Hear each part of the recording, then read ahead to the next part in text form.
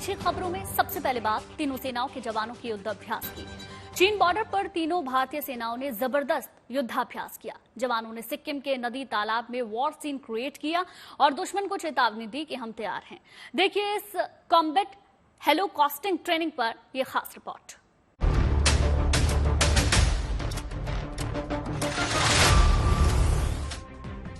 ये चीन को टेंशन देने की तैयारी है। ये भारतीय सेना की दुश्मन को चेतावनी है। ये चीन बॉर्डर पर तीनों सेनाओं का युद्धाभ्यास है।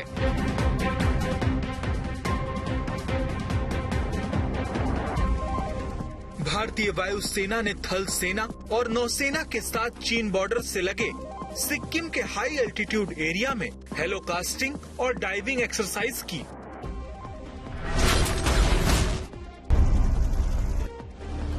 हम आपको बता दें कि तीनों सेनाओं ने एक्सट्रीम वेदर कंडीशन में ये डाइविंग एक्सरसाइज की, जिसमें जवानों ने बाकायदा युद्ध का सीन क्रिएट कर युद्धाभ्यास किया है।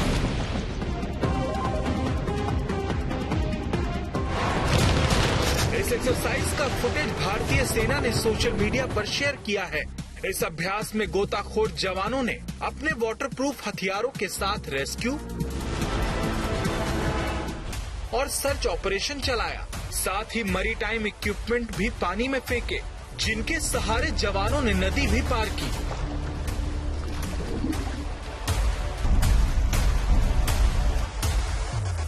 इस अभ्यास में वायुसेना के M117 हेलीकॉप्टर का इस्तेमाल किया गया, जिसके जरिए जवान पानी में एक एक कर कूदे और अभ्यास का हिस्सा बने।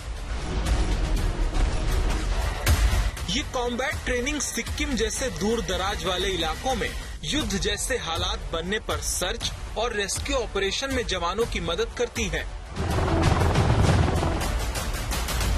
दरअसल चीन के साथ तनाव के मद्देनजर ये अभ्यास किया गया है। जुलाई 2023 में चीन की सेना के चुशुल के बफर जोन यानी न्यूट्रल इलाके में 4 टेंट लगाने की जानकारी मिली थी।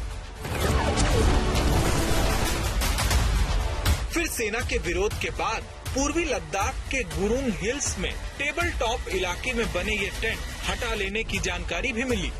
यही नहीं, हाल ही में 28 अगस्त को अपना ऑफिशियल मैप जारी किया और इसमें भारत के अरुणाचल प्रदेश, अक्साई चीन, ताइवान और विवादित दक्षिण चीन सागर को अपने इलाके में दिखाया। हालांकि इस पर भारत के विदेश मंत्री ने स्पष्ट किया कि ये चीन की पुरानी आदत है, उसके दावों से कुछ नहीं होता। बहरहाल इसलिए भारतीय सेना ने इस कॉम्बैट ट्रेनिंग के जरिए अपनी तैयारियों और दमखम को परखा और दुश्मन को चेतावनी दी कि हम तैयार हैं। Bureau report, good news today. चलिए आपको बताते हैं कि तीनों सेनाओं ने सिक्किम में ये जो हेलिकॉप्टिंग ट्रेनिंग की है वो आखिर है क्या। हेलिकॉप्टिंग ट्रेनिंग में सेना में शामिल तैराक और गोताखोर जवान युद्धाभ्यास करते हैं। इन जवानों को अलग अलग क्षेत्रों जैसे पहाड़ों, मैदानों के वाटर सोर्स या समुद्र में हेलीकॉप्टर और नावों के जरिए ड्रॉप किया जाता है, ताकि वो रियल वॉर सीन क्रिएट करके सर्चिंग और रेस्क्यू की प्रैक्टिस कर सकें। हेलिकॉप्टिंग में के जरिए मैरीटाइम्स इक्विपमेंट्स और हथियारों को भी पानी में फेंका जाता है। हेलिकॉप्टिंग को मुश्किल हालात में ऑपरेशनल चैलेंजेस के लिए एयर क्रू और ग्राउंड वर्कर्स को तैयार करने के लिए डिजाइन किया गया है। और चलिए अब बात भारत की ताकत की, जिसका दम एक बार फिर दुनिया देख रही है। मिस्र में सैन्य अभ्यास ब्राइट स्टार 23 भी शुरू हुआ, जिसमें भारतीय सेना के जवान और विमान अपनी क्षमता की नुमाइश करने 29 अगस्त को अलेक्जेंड्रिया पहुंचे हैं, जहां ये एक्सरसाइज 13 सितंबर तक चलनी है। ये विदेश में भारतीय सेना की सबसे बड़ी तैनाती है, जिसमें 500 से ज्यादा सैन्यकर्मी हिस्सा ले रहे हैं।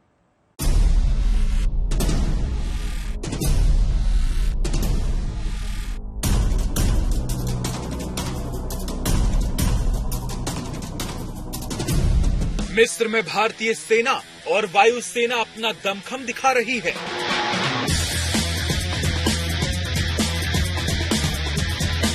मिस्र के आसमान में भारत मिस्र की दोस्ती के इस बॉन्ड को देखा जा सकता है। एक्सरसाइज के दौरान वायुसेना ने तस्वीरें जारी कर बताया कि वायुसेना IL-78 AAR एयरक्राफ्ट को मिस्र वायुसेना ने आसमान में ही रिफ्यूल किया। इस एक्सरसाइज में भारतीय वायुसेना के लड़ाकू विमानों की गर्जना तो महसूस की जा सकती है, साथ ही एयरफोर्स के परिवहन और मालवाहक विमान भी अपनी क्षमताओं का प्रदर्शन कर रहे हैं। इजिप्ट के आसमान में वायुसेना के जवान और गरुड़ कमांडो अपने रण कौशल की नुमाइश कर रहे हैं, तो भारतीय थल सेना के जाबाज भी अपनी शक्ति और सामर्थ्य से दुनिया को परिचित करा रहे हैं।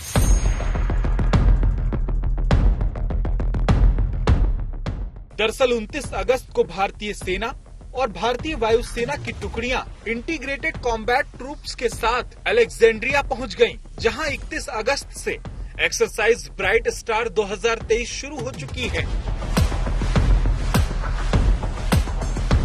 ये अभ्यास 13 सितंबर को मिस्र के मोहम्मद नागुइब सैन्य अड्डे पर खत्म होगा। संयुक्त सैन्य अभ्यास ब्राइट स्टार 23 का नेतृत्व यूएस सेंटकॉम और मिस्र की सेना कर रही है। इस संयुक्त अभ्यास का मकसद पश्चिम एशिया में अमेरिकी हितों से जुड़ा है, तो दूसरी तरफ मिस्र की मेजबानी में इसके आयोजन का उद्देश्य मिस्र की सेना को आधुनिक युद्ध कौशल और सामरिक तालमेल की ट्रेनिंग देना है। ये संयुक्त अभ्यास 1980 में शुरू हुआ था।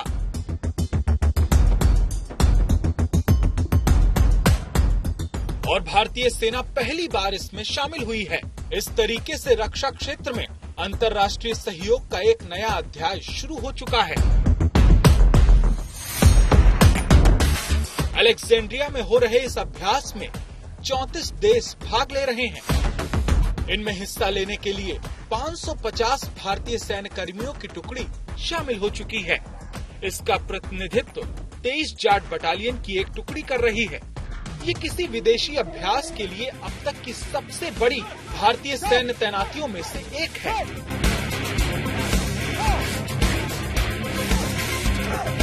इस एक्सरसाइज में नए खतरों से निपटने और वैश्विक शांति कायम रखने में देशों के बीच क्षेत्रीय साझेदारी बढ़ाने पर केंद्रित प्रशिक्षण गतिविधियां शामिल होंगी। इसके तहत संयुक्त हथियार फायरिंग अभ्यास भी शामिल होगा। इसके अलावा साइबर सुरक्षा पर एक पैनल चर्चा आयोजित करने की भी योजना है। ब्राइट स्टार 23 अभ्यास में भारतीय सेना के शामिल होने से मिस्र के साथ भारत के रक्षा सहयोग के नए रास्ते खुलेंगे। साथ ही दूसरी सेनाओं के साथ अनुभवों को साझा करने का अनूठा अवसर मिलेगा। भारतीय सेना को इस अभ्यास से एक समृद्ध पेशेवर अनुभव की उम्मीद है। Bureau report, good news today. Exercise bright star 23 में 34 देश भाग ले रहे हैं। चलिए आपको बताते हैं कि ब्राइट स्टार एक्सरसाइज 23 में क्या क्या प्लानिंग की है। अपरांगत खतरों से निपटने के लिए तैयारी की जाएगी। बड़ी संख्या में प्रशिक्षण गतिविधियां इसमें शामिल हैं। विभिन्न क्षेत्रों और स्थितिजन्य प्रशिक्षण अभ्यास किए जाएंगे। अभ्यास ब्राइट स्टार 23 में सामरिक सेटिंग पर आधारित एक संयुक्त हथियार लाइव फायरिंग अभ्यास भी शामिल होगा। साइबर सुरक्षा पर एक पैनल चर्चा आयोजित भी की जाएगी। और अब आपको बताते हैं ब्राइट स्टार संयुक्त अभ्यास में भारत की ओर से कौन कौन शामिल है।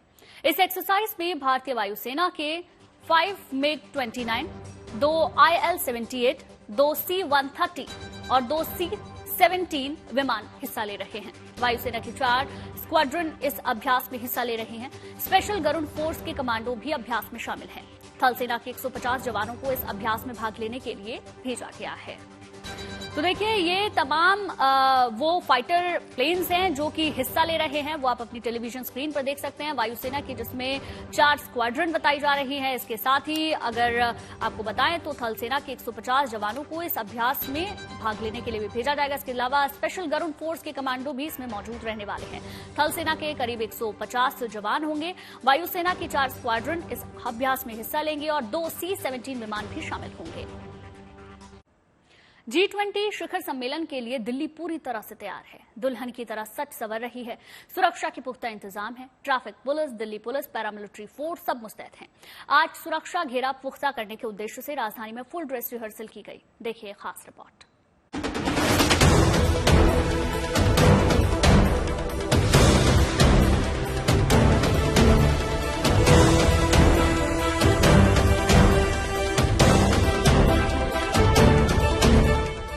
देश की राजधानी दिल्ली G20 शिखर सम्मेलन के लिए पूरी तरह तैयार हो चुकी है।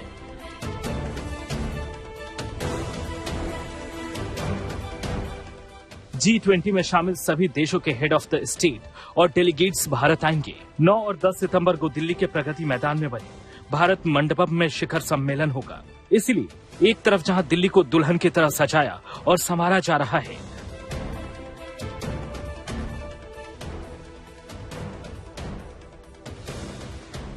साथ ही आज से 7 सितंबर तक होने वाली चौथी और आखिरी शेरपा बैठक के लिए भी नूह की आईटीसी ग्रैंड भारत होटल की ओर जाने वाली सभी रास्तों को बैनर और होर्डिंग के साथ सजाया गया है।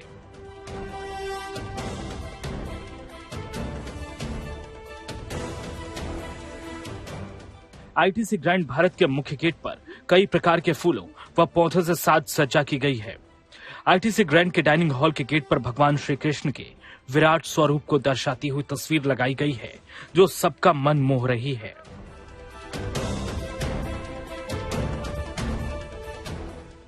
वहीं राजधानी में सुरक्षा के भी पुख्ता इंतजाम है। जगह जगह पुलिसकर्मी और पैरामिलिट्री फोर्स भी तैनात है। दिल्ली पुलिस और ट्रैफिक पुलिस सतर्क और मुस्तैद है। जो आज मुख्य उद्देश्य ये है कि होटल से राजघाट की मूवमेंट की प्रैक्टिस हो जाए, राजघाट से प्रगति मैदान से होटल और एयरपोर्ट की भी प्रैक्टिस हो जाए, और इन सभी वेन्यूज पे जो कार्यवाही होनी है उसकी भी प्रैक्टिस हो जाए। दिल्ली पुलिस और ट्रैफिक पुलिस ने पैरामिलिट्री फोर्स के साथ G20 समिट से पहले फुल ड्रेस रिहर्सल की। इस रिहर्सल में बकायदा वैसा ही काफिला निकाला गया जैसा डेलीगेट्स के आने के बाद निकलेगा। इस रिहर्सल में बड़ी तादाद में गाड़ियां शामिल थीं। इसमें एम्बुलेंस के साथ सेना की गाड़ियां भी नजर आईं।